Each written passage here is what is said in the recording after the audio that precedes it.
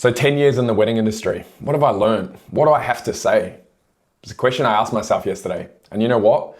Normally I hit a blank, but my notepad was full. I think there were so many things there that I wish I got to speak to every single couple. Even if they're not using our services, that's okay. You know, anyone out there planning a wedding, or if you're a vendor and you're just looking for some information, hopefully this little YouTube episode here can give you some insight into, like I said, planning weddings, saving money, creating authenticity, understanding where your choices are coming from as a vendor working well and collaborating well. So anyway, I've written some notes down here on the computer, so if I reference off here, it's just to keep it on track. So after 10 years and almost 1,000 weddings, I feel like we've seen a few, and I feel like we've got to a point where hopefully we have some information that's valuable to you guys. So I want to start off on the early stages of planning weddings. It's going to be really short, but the early stages of planning weddings. So you got engaged, you're super pumped, you're excited.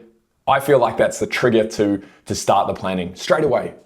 Simply create a priority budget. Yeah, I know budgets are important, especially in the time and the economic times that we're in now. So create a priority budget, and it's super simple. It's maybe writing 1 to 5 on a notebook and thinking about or talking together about what's your highest priority on your wedding. Not your vendor's wedding, not your friend's wedding, not your mum's wedding, not your sister's wedding, your wedding. And this could be anything. This could be our highest priority is incredible live music. Amazing. Our highest priority is photography. Our highest priority is videography. Our highest priority is styling and florals. It's your wedding your way. You have a personality that you need to lean into, and you need to know why you're doing these things. So what I say is, let's say hypothetically, mine would be photography, videography, live music, epic location. Like that would be the top 4, and then other things would trickle from there. But that's just my value system. So let's say hypothetically, it's our highest priority is getting beautiful photos that represent our story. Okay, cool.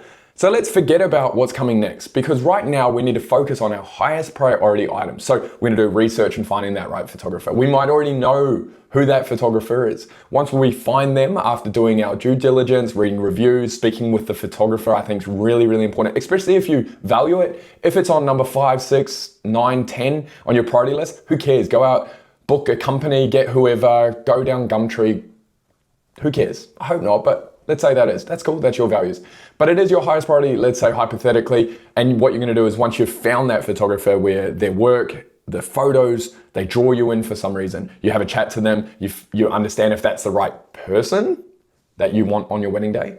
And then instead of just booking that photographer and booking a venue and going, okay, cool, like we got the photographer, we got the venue, we're good now. That's cool, that's cool. But if it's your number 1 priority, what you should be doing is you should be speaking to that photographer, and you should be asking them, hey, do you have any tips for us in terms of getting the best images? Because it's our highest priority. Are there any times of the day that we should be looking at doing our photos? Ceremony time. Does the venue that we're considering, because let's say the venue wasn't your highest priority, offer the opportunity for you to create in the way you create? Are there any other ways that you wish you got to do on a wedding day and create on a wedding day that you would love to implement for us? Because it is our highest priority. It's like booking in your most favorite tattooist. You got a tattooist that you're just like, oh my God, I love that tattooist. That is the best. I want to spend all my money on getting the best tattooist. And then you go to them and you say, okay, cool. So I booked you, money's not an issue, and here's the picture I want on my arm. And it's a stick figure. Now it's going to be a good stick figure, let's say. But in the other way you could go about it is going, hey, I've got this vision in mind. Your style is exactly what I'm looking for. Do you have any ideas? How would you like to do this? Do you have anything that you feel like you would like to create? And this way you're utilizing the skills and experience of the artist. Think about that. And this is transferable to florals, to styling, to makeup, to a wedding dress, to a venue, how the venue's set up. There's so many ways you can go down this. So I really hope that's a valuable little insight there. Now, second one is, once we get through the priority list of planning and executing our highest priority and focusing the majority of our budget on our highest priority, then we just go down the pile, right? And we book in what's necessary to create. Like I said, that photographer might have some, crazy ideas that you're like, what? We can do our portraits on a different day of our wedding? That's kind of left field. And the photographer can explain the pros and cons of doing something or why that venue is not ideal for the way they create. You know what I mean? Now, second one is, I feel like in the day and age now, like Michelle, my partner, and myself, we were talking last night about how we are all so fucking conditioned by our surroundings these days. We're bombarded on social media of that we're not good enough. Their insecurities, people are killing it and you're not. They're famous and you're not. They've got social likes and status and you're not. Cinematography and movies and Netflix and magazines and style shoots and photographers and videographers. It's all like this just next step. Like, how can we do better? And we do better. And I'm not saying that's everyone, but why this is an important thing to bring up, I believe, is that we need to know why we're making our choices. Are you making your choices because we were conditioned on Pinterest or a styled photo shoot that you think, was a real wedding? That's another topic I won't get into right now. But when we cut through the crap and the bullshit, and the social media conditioning and everything that's creating noise, and we might just, maybe if it's your jam, sit in silence and ask the question, what's important to me? What is important to me? I know for myself, photographs that point to a story are really important. For example, like I know there was a blog going around that got quite a lot of like traffic, and it was about how to not ruin your hair and makeup on a wedding day. That's cool. Again, if that's your priority, go be it. Go nuts. I mean, look at my hair, right? And I don't wear makeup, so I'm probably not want to talk about this. But from a photographer's perspective, from my personal perspective, ruining your makeup on a wedding day, is that what it's about? Looking absolutely perfect, and if it is, that's great. But for me, I would prefer to see authenticity and emotion in the images. If you've got mascara running because you just cried, that's a beautiful moment that maybe, it's sad to say, but someone might hold that photograph in their hand and remember their daughter who's no longer here in the physical world. They might remember their mum, the one that held them, the one that showed her beautiful emotion on a day and let the tear go, let the laugh go. Who cares about ugly laughing and ugly crying or whatever it is? So anyway, bit of a tangent there. But going back to that, excuse the plane, it's just about to go over our roof.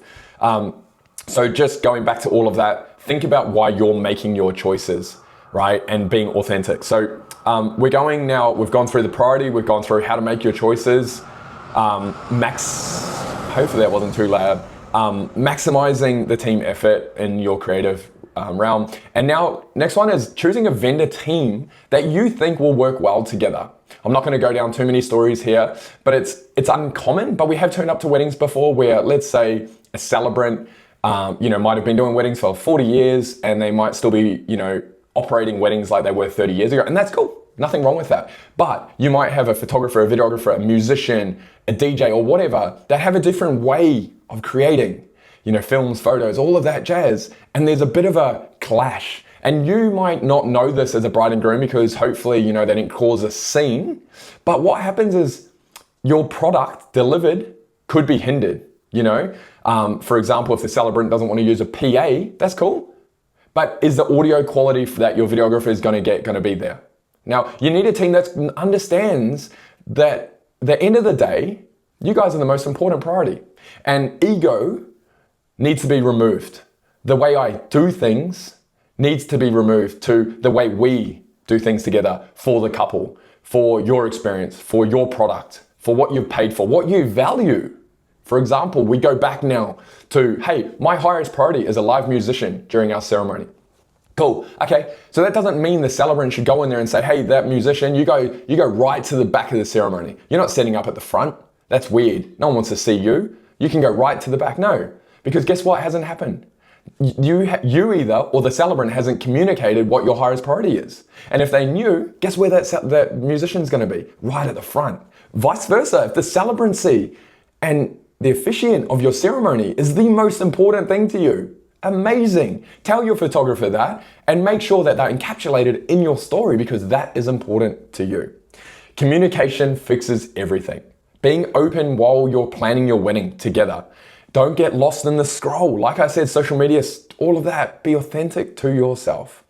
If you're overwhelmed, slow down.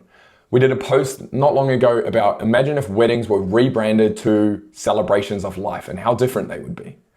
Too often we hear, that there's a photograph made from a wedding that we photographed that's the last photograph they had of their loved one in this physical world today. It gets me emotional thinking about it. To me, that's the depth of what we get to do as photographers, photographing celebrations of life, of weddings. So when we think of a wedding like this, we can strip it back to what's important. What is really, really authentically important to you? My final message, like I said, hire people you trust. Let go of perfection. Plan from the heart, not the head. And when the day comes, be fully present. 100% authentically present.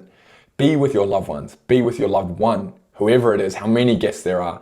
Don't think about what's happening next. Don't think about the Pinterest board unless that's important to you, unless that's your highest priority. I hope that helps. I hope after 10 years, I could go on longer and longer, but 13 minutes is enough on a quick little episode. So feel free to subscribe, please share along. If not, as I finish always, there's so many other photographers out there. Feel free to subscribe to them, and I hope you all have a blessed day.